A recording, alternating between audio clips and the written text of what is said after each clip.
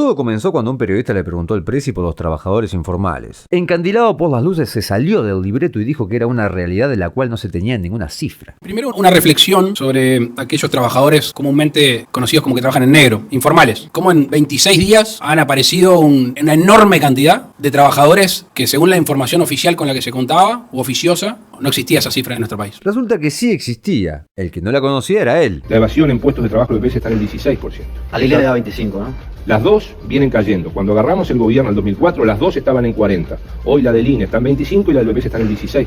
Después de esta quedada en offside, salió la catarba a justificar y a tratar de acomodarla. Los datos siempre estuvieron. Y es verdad que los números que nosotros tenemos existieron. Que sí, que hay un 25% que está muy frágil. El 24,9, 24,8 de la masa ocupada estaba trabajando en negro. Y básicamente hacen lo que siempre hacen, sacarle el culo a la jeringa. Y la culpa siempre la tiene otro. Queda por allí como en el aire aquello de qué era lo que nos decía el gobierno anterior sobre los datos. Quedó claro acá que la situación que teóricamente estaba el país no lo está. Lo llamativo de este número es que durante los 5 años del último gobierno se mantuvo estable. Estamos hablando de 400.000 uruguayos que están en informalidad. No creo que hoy sea el momento de ponerle adjetivo ni condimento político. El sistema económico que en teoría tenía el Uruguay, sinceramente no lo tenía. Podríamos hoy entrar a discutir si las medidas fueron suficientes o no fueron suficientes, si fueron efectivas o no fueron efectivas. Lo que sí es cierto es que este número estuvo estable durante los 5 años anteriores. No le vamos a poner condimento político ahora. No demasiado. Lo que habla de una situación que bastaron 6 días de coronavirus para que pasara lo que el Uruguay está pasando. Pero para despuntar el vicio, algún bostazo tiramos. Este 25% de informalidad, que en el continente es la cifra menor, ya estaba y no fue tema de campaña. No queríamos espantar a los sectores inversores con hablar de ese 25% que estaba allí. Este proceso que estamos viviendo, que no era esperado, dejó al descubierto realidades que existían pero que o no las queríamos ver o no las transmitíamos. No hablamos solo de informalidad, sino de vulnerabilidad. Informes de la CEPAL hablaban muy claro de miles de personas donde tuvieran 200 pesos menos de ingresos por día,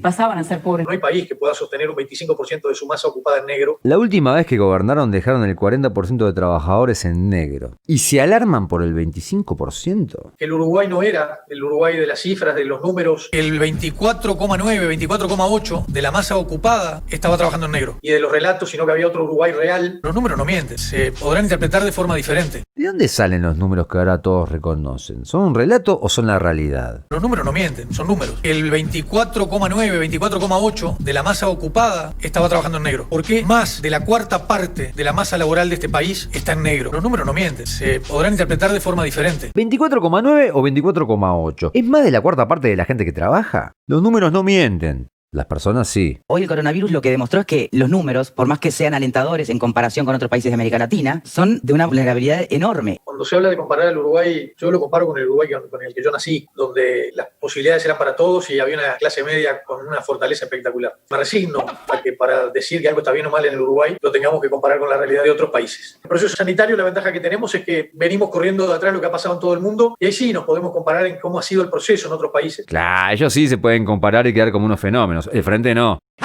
Se decía que era ejemplo en América, que tenía una consolidación social espectacular, que el entramado social era espectacular, que el desempleo era menor a las 2 cifras, que llevábamos tantos años de crecimiento. Uruguay logró crecer 16 años consecutivos. No es menor, rodeado de economías como Brasil con crecimientos negativos y Argentina, crecimiento negativo. Sin embargo, con 6 días de coronavirus empezaron a aparecer las ollas populares y la demanda por comida de la gente. Sí, estaba todo el mundo engañado, desde la CEPAL, el FMI y hasta las calificadoras de riesgo. Qué casualidad, agarran estos el gobierno y se va todo al carajo. Pero creo que hubo una gran omisión de todo el sistema político. Sí, por ejemplo, Cuquito hace 2 meses se desayunó que había informalidad. Punto, aparte. Pero omisión de quien le tocó gobernar, que en los últimos 5 años esa cifra de gente en negro significaba el 25%. La ley de 8 horas del peón rural contribuyó a bajar del 40 al 25% la informalidad. Obvio que el Partido Nacional, al cual pertenece este sujeto, estaba en contra. Esta es la tercera planta de clasificación de Montevideo, inaugurada por la Intendencia, la Cámara de Industrias, Mides y el Ministerio de Medio Ambiente. Los trabajadores cobran un sueldo mínimo más comisión por la cantidad de ventas. Mejor acá, tenés un sueldo fijo, tenés el día a día. Derecho al aguinaldo, al salario vacacional. Actualmente funcionan 4 plantas de reciclaje en Montevideo donde trabajan 128 personas con sueldo, salario vacacional y BPS. Ya no son informales. No es poco, es poquísimo.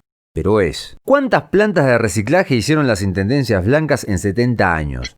¡Correcto! Ninguna. La ley de inclusión financiera estipula que todos los salarios deben ser pagados por medio de mecanismos electrónicos. Atiende en especial a los sectores más vulnerables, a los sectores sociales de menores ingresos, que van a tener la chance de poder tener créditos en función de sus niveles de salario. Va a ser importante porque evitamos la evasión, ¿no? Aquello que yo te va por acá y por acá, ahora va a tener que hacer todo por la cuenta bancaria. La LUC incluye el capítulo de la no obligatoriedad de la inclusión financiera, lo que atentaría justamente contra el poder incorporar más gente a la formalidad en el mercado laboral. El senador Lacalle Pou plantea también la resistencia a esta ley, y en realidad es coherente, porque es el mismo senador que se opuso a la ley de transparencia y lavado de activos. Y uno de los objetivos de la ley de inclusión financiera es blanquear, formalizar la actividad. Vamos a ver qué hacen estas fichas para darle trabajo formal a esos 400.000 uruguayos. Ya sabemos que en el Estado no va a poder ser. 857 funcionarios de Antel así lo demuestran. Sin coronavirus había una inmensa cantidad de uruguayos que no merecían estar viviendo en la condición que estaban viviendo. Siempre es bueno saber quién te come la oreja. Este se llama Armando Cansteidebat. Fue diputado e intendente de Flores por el Partido Nacional. Lo calaron cuando quiso adjudicar una licitación en Flores a unos amigotes. La que también se subió al carro de la informalidad fue la senadora Gloria Rodríguez.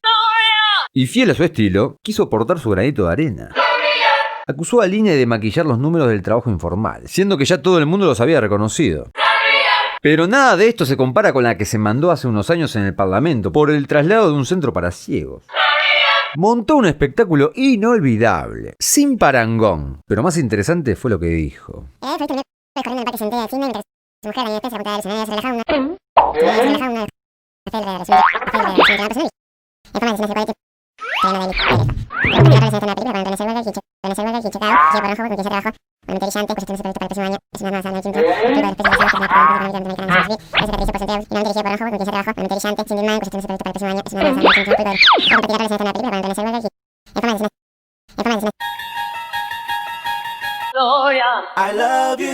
Si te gustó el video, suscríbete y compartilo.